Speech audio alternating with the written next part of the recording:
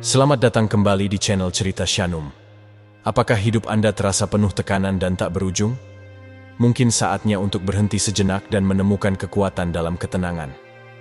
Dalam video ini, kita akan mengungkap rahasia kedamaian sejati dengan melepaskan kontrol dan merangkul kekosongan.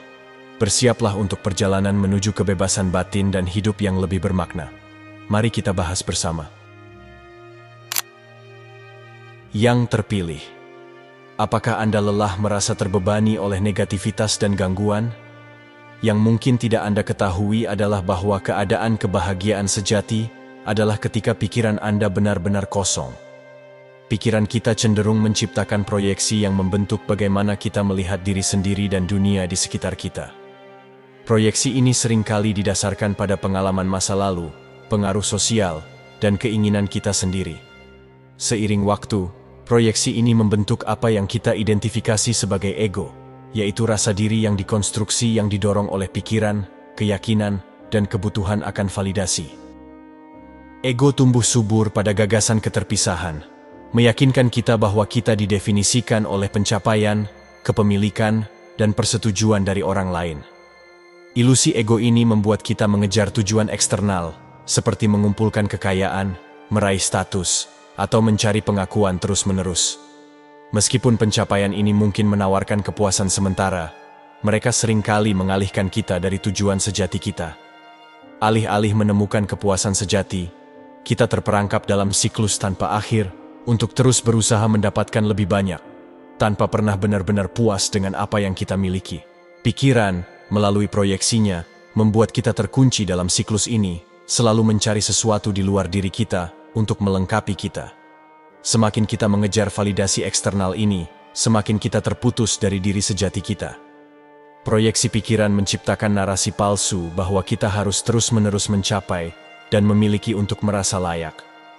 Narasi ini menjadi penghalang signifikan untuk memahami esensi terdalam kita dan hidup selaras dengan tujuan sejati kita.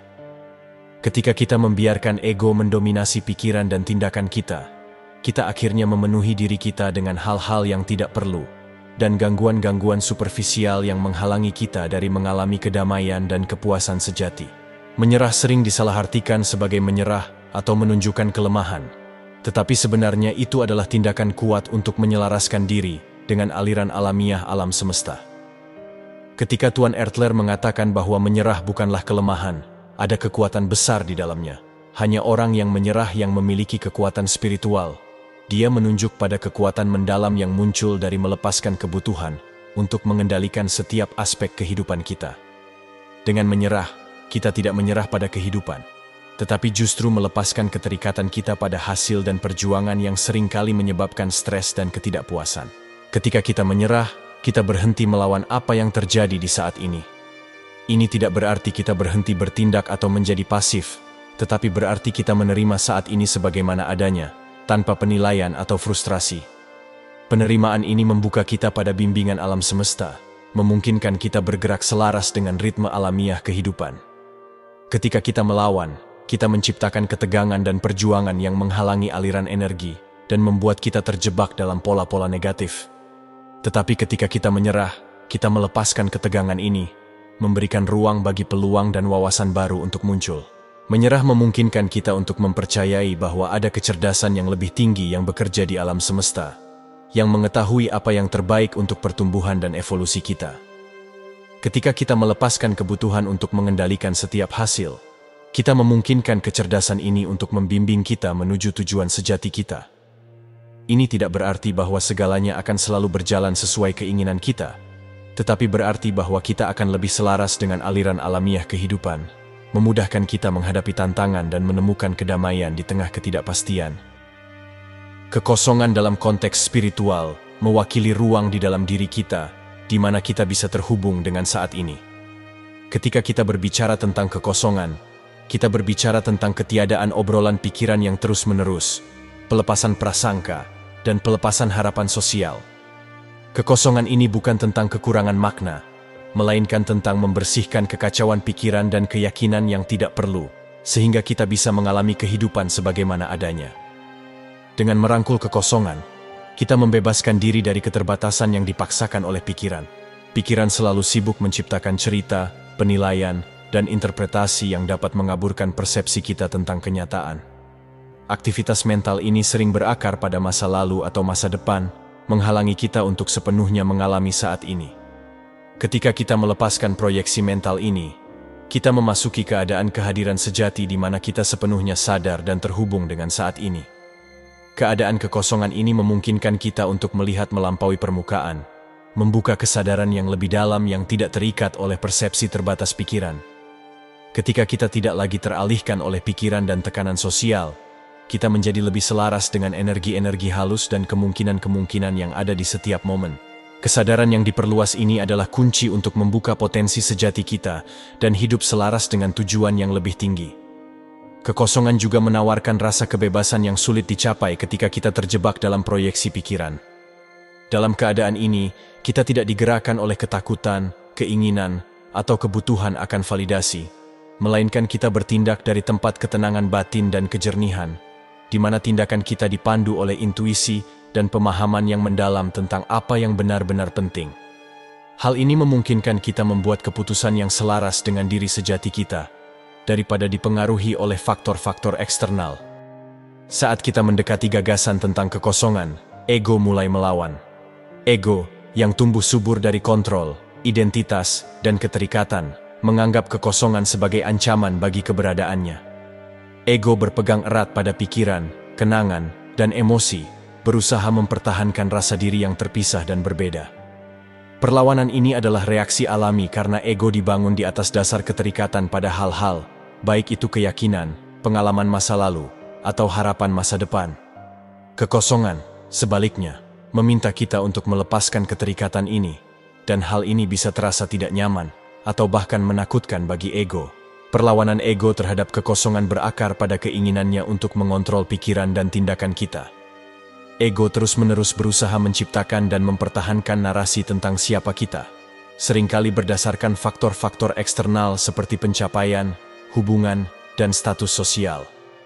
Ketika kita mulai merangkul kekosongan, kita menantang narasi-narasi ini dengan melepaskan kebutuhan untuk mendefinisikan diri kita melalui mereka. Ego melihat ini sebagai kehilangan identitas. Itulah sebabnya ia melawan, mencoba mengisi kekosongan dengan pikiran, gangguan, dan emosi yang memperkuat kendalinya. Ketika kita melampaui cengkeraman ego, kita memasuki keadaan penyerahan. Dalam keadaan ini, kita tidak lagi merasa perlu untuk berpegang pada pikiran atau mengontrol setiap aspek kehidupan kita. Sebaliknya, kita membiarkan kebijaksanaan yang lebih dalam membimbing kita. Sebuah kebijaksanaan yang berasal dari dalam dan selaras dengan aliran alam semesta. Bimbingan batin ini tidak didorong oleh keinginan atau ketakutan ego, tetapi oleh pemahaman yang jelas dan intuitif tentang apa yang benar-benar dibutuhkan di setiap momen. Tantangannya terletak pada menghadapi perlawanan ego tanpa menyerah padanya. Semakin sering kita berlatih merangkul kekosongan, semakin kita melemahkan cengkeraman ego pada kita. Seiring waktu, kita mulai melihat bahwa kekosongan bukanlah kekosongan yang perlu ditakuti, melainkan ruang yang penuh dengan potensi dan kejernihan yang tak terbatas. Di ruang inilah kita dapat benar-benar terhubung dengan diri batin kita, bebas dari distorsi dan keterbatasan ego. Memahami sifat sejati pikiran sangat penting untuk membangunkan kesadaran pada tingkat yang lebih dalam. Pada intinya, pikiran secara inheren kosong, namun juga ada dengan sendirinya dan secara mendasar sadar. Ini mungkin tampak paradoks pada awalnya, tetapi ini adalah kebenaran esensial yang, ketika disadari, dapat mengubah cara kita mengalami kenyataan. Kekosongan pikiran bukanlah kekurangan atau ketiadaan, melainkan keadaan potensi murni, sebuah ruang di mana pikiran, emosi, dan persepsi muncul dan lenyap. Ketika kita mulai melihat pikiran sebagaimana adanya, kita mulai terbangun pada persepsi yang lebih dalam tentang kenyataan. Kebangkitan ini bukan tentang memperoleh pengetahuan baru atau menambahkan lapisan pemahaman, tetapi tentang menghilangkan ilusi dan kesalahpahaman yang diciptakan oleh pikiran. Pikiran cenderung mengisi sifat kosongnya dengan aliran pikiran dan penilaian yang tak ada habisnya, yang membentuk bagaimana kita memandang dunia. Aktivitas mental ini dapat mengaburkan kesadaran kita, menciptakan pandangan yang terdistorsi tentang kenyataan yang lebih didasarkan pada proyeksi daripada kebenaran. Kebangkitan pada sifat sejati pikiran melibatkan pengakuan atas kekosongan ini, dan memahami bahwa itu adalah dasar dari semua pengalaman. Ketika kita menyadari bahwa pikiran bukanlah sumber identitas kita, melainkan alat yang dapat menghubungkan kita dengan atau menjauhkan kita dari kenyataan, kita mulai mengalami kehidupan dengan cara yang lebih otentik. Kesadaran ini menghilangkan keraguan, karena kita tidak lagi berpegang pada pikiran dan konsep yang dulu mendefinisikan rasa diri kita. Sebaliknya, kita mulai beroperasi dari tempat kejernihan dan pengalaman langsung, tanpa terbebani oleh keterbatasan proyeksi pikiran. Bayangkan hidup tanpa kebisingan pikiran yang terus-menerus, di mana kesederhanaan menjadi prinsip pemandu. Kekosongan dalam bentuknya yang paling murni menawarkan kita kesederhanaan ini, keadaan pikiran di mana kedamaian dan keteraturan secara alami muncul. Dalam kehidupan sehari-hari, kita sering kewalahan oleh tekanan sosial, harapan, dan tuntutan kehidupan modern. Pengaruh eksternal ini menciptakan kekacauan mental yang mengalihkan perhatian kita dari kedamaian yang datang dengan kesederhanaan sejati. Kekosongan mengundang kita untuk membersihkan kekacauan ini dan kembali ke keadaan keteraturan alamiah. Hidup dengan kekosongan tidak berarti hidup menjadi membosankan atau kosong dalam arti negatif. Sebaliknya, ini berarti kita membebaskan diri dari kerumitan yang tidak perlu, yang seringkali kita bebankan pada diri sendiri.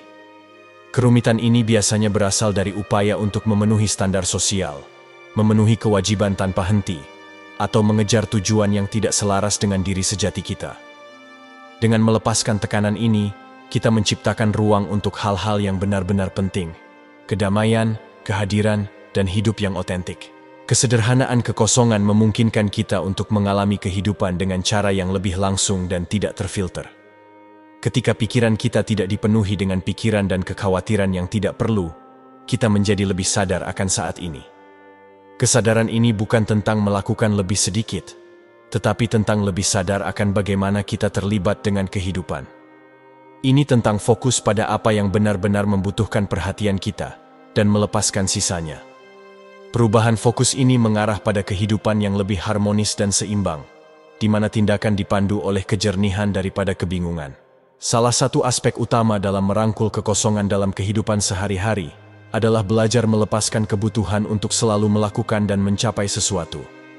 Masyarakat sering mengaitkan kesibukan dengan kesuksesan, tetapi pola pikir ini dapat menyebabkan stres dan kelelahan. Kekosongan mengajarkan kita bahwa tidak apa-apa untuk memperlambat, untuk berhenti sejenak, dan hanya untuk berada. Dalam keheningan ini, kita menemukan bahwa kita tidak perlu mengisi setiap momen dengan aktivitas untuk merasa terpenuhi. Sebaliknya, kepuasan datang dari menjadi sepenuhnya hadir dalam apapun yang kita lakukan, tidak peduli seberapa sederhana atau sepele itu mungkin terlihat. Anggaplah pikiran sebagai cermin yang mencerminkan kenyataan yang kita alami. Seiring waktu, cermin ini menjadi kabur dengan lapisan pikiran, keyakinan, dan kondisi sosial. Lapisan-lapisan ini mendistorsi persepsi kita, membuat sulit untuk melihat diri sejati kita dengan jelas. Untuk menemukan diri sejati kita harus terlebih dahulu memurnikan pikiran dengan menghilangkan lapisan-lapisan ini. Proses pemurnian ini bukan tentang menambahkan sesuatu yang baru pada pikiran, tetapi tentang melepaskan konsep mental yang mengaburkan kejernihan batin kita. Pikiran seringkali beroperasi berdasarkan konsep dan penilaian yang telah kita kumpulkan sepanjang hidup kita. Konsep-konsep ini membentuk bagaimana kita melihat diri kita sendiri dan dunia di sekitar kita, seringkali menciptakan rasa identitas yang didasarkan pada faktor-faktor eksternal. Namun, identitas ini bukanlah diri sejati kita. Itu adalah konstruksi pikiran yang dibentuk oleh pengalaman kita, harapan sosial, dan keinginan untuk menyesuaikan diri dengan peran tertentu. Untuk menemukan diri sejati kita harus mengupas konstruksi mental ini dan kembali ke keadaan kesadaran murni. Memurnikan pikiran melibatkan praktik keheningan dan pengamatan yang rileks. Dalam keheningan, kita menciptakan ruang untuk mengamati pikiran kita tanpa terjebak di dalamnya. Pengamatan ini memungkinkan kita untuk melihat bahwa pikiran hanyalah peristiwa yang berlalu dalam pikiran, bukan cerminan dari siapa kita sebenarnya. Ketika kita semakin terampil dalam praktik ini, kita mulai mengidentifikasi diri kita lebih sedikit dengan pikiran kita, dan lebih banyak dengan kesadaran yang mengamatinya. Kesadaran ini adalah diri sejati kita, yang tidak berubah, damai, dan selalu hadir, terlepas dari pikiran yang datang dan pergi. Aspek lain dari pemurnian adalah melepaskan keterikatan pikiran pada gagasan tentang kemurnian dan kesempurnaan. Pikiran seringkali mencoba mendefinisikan apa yang murni atau baik berdasarkan norma-norma sosial atau keyakinan pribadi. Namun, definisi-definisi ini hanyalah lebih banyak lapisan konsep mental yang dapat mengaburkan sifat sejati kita.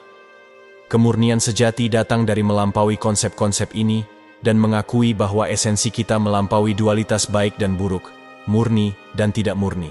Di dalam keadaan melampaui inilah kita menemukan rasa diri yang lebih dalam, yang tidak terbatas oleh penilaian pikiran. Saat kita memurnikan pikiran, kita juga mulai melarutkan cengkeraman ego pada diri kita. Ego tumbuh subur pada lapisan-lapisan pikiran dan keyakinan ini, menggunakannya untuk menciptakan rasa diri yang palsu. Dengan melepaskan konstruksi mental ini, kita melemahkan pengaruh ego dan memungkinkan diri sejati kita untuk muncul. Diri sejati ini tidak didefinisikan oleh pencapaian eksternal atau peran sosial, tetapi berakar pada kesadaran yang selalu hadir dalam diri kita. Hidup seringkali terasa seperti usaha yang kompleks dan serius, tetapi memahami hidup sebagai permainan kesadaran dapat mengubah perspektif kita. Pandangan ini menunjukkan bahwa banyak dari apa yang kita alami tidak sepadat atau permanen seperti yang terlihat. Sebaliknya, hidup dapat dilihat sebagai interaksi dinamis dari kesadaran, di mana peristiwa dan pengalaman adalah manifestasi dari kesadaran yang lebih dalam. Ketika kita melihat hidup sebagai permainan kesadaran, kita menyadari bahwa segala yang kita rasakan, pengalaman, emosi, dan interaksi, adalah bagian dari permainan yang lebih besar ini. Elemen-elemen ini bukanlah kenyataan yang tetap, melainkan ekspresi dari kesadaran yang membentuk dan menghidupkan mereka. Perspektif ini membantu kita memahami bahwa tantangan, keberhasilan, dan perjuangan sehari-hari kita tidak sepenting atau permanen seperti yang mungkin terlihat. Mereka hanyalah adegan dalam drama kesadaran yang lebih luas, di mana esensi kehidupan adalah kesadaran yang selalu ada di balik semua fenomena. Pandangan ini dapat membebaskan kita dari cengkeraman narasi kita sendiri dan stres yang terkait dengannya. Ketika kita melihat hidup sebagai permainan, kita menyadari bahwa peran dan pengalaman kita bersifat sementara dan kita tidak terikat oleh mereka. Sifat sementara dari peran kita berarti bahwa kita dapat mendekati hidup dengan rasa keterpisahan dan kebebasan. Kita dapat terlibat dengan pengalaman kita tanpa merasa kewalahan, mengetahui bahwa mereka adalah bagian dari permainan kesadaran yang lebih besar dan lebih dinamis. Memahami hidup sebagai permainan kesadaran juga mengubah cara kita mendekati pertumbuhan pribadi dan transformasi. Alih-alih berusaha untuk mengubah atau memperbaiki diri, agar sesuai dengan peran atau harapan tertentu, kita dapat fokus pada penyelarasan dengan kesadaran yang lebih dalam yang merupakan sumber keberadaan kita. Pertumbuhan pribadi menjadi tentang memahami dan merangkul esensi yang lebih dalam ini, daripada mencapai tujuan eksternal atau memenuhi standar sosial. Penyelarasan dengan sifat sejati kita ini membawa transformasi yang lebih tulus dan abadi. Kesadaran bahwa hidup adalah permainan kesadaran mendorong kita untuk hidup dengan rasa keterbukaan dan keceriaan. Ketika kita kurang terikat pada hasil dan lebih sadar akan kesadaran yang mendasarinya, kita dapat mendekati hidup dengan rasa ingin tahu dan penerimaan. Perspektif ini memungkinkan kita untuk mengalami naik turunnya kehidupan dengan lebih mudah, karena kita memahami bahwa mereka adalah bagian dari permainan yang lebih besar dan selalu berubah. Jangan biarkan pikiran dan ego menguasai hidupmu. Ketika kita melepaskan kebutuhan untuk mengendalikan segala hal, kita membuka diri pada kedamaian dan kebijaksanaan yang lebih dalam. Dengan merangkul kekosongan dan menerima setiap momen tanpa penilaian, kita menemukan kebebasan sejati dan kekuatan untuk hidup selaras dengan tujuan sejati kita. Terima kasih untuk Anda yang sudah menyimak sampai akhir, dan sampai jumpa di video berikutnya.